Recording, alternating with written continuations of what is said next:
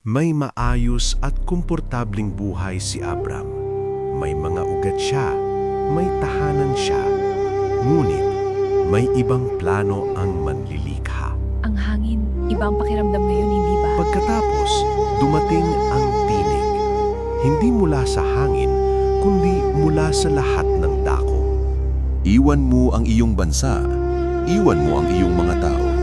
Pumunta ka sa lupang ipapakita ko sa iyo.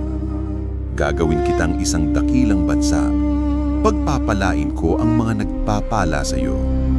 Isa itong tawag na iwan ang lahat para sa wala.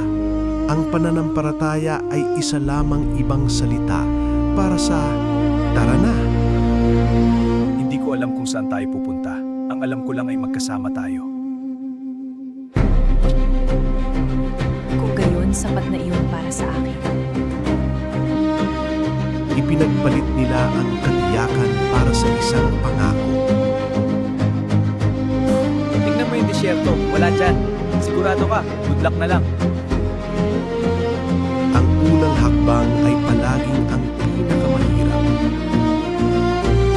Tumingin ang Diyos at nakita ang isang taong naniniwala. At mula sa kanilang dalawa, hindi na kailanmang magiging pareho ang mundo. Kung may natutunan ka sa kwentong ito, i-like, i-share, at sundan ang aming page para sa mas marami pang Bible stories.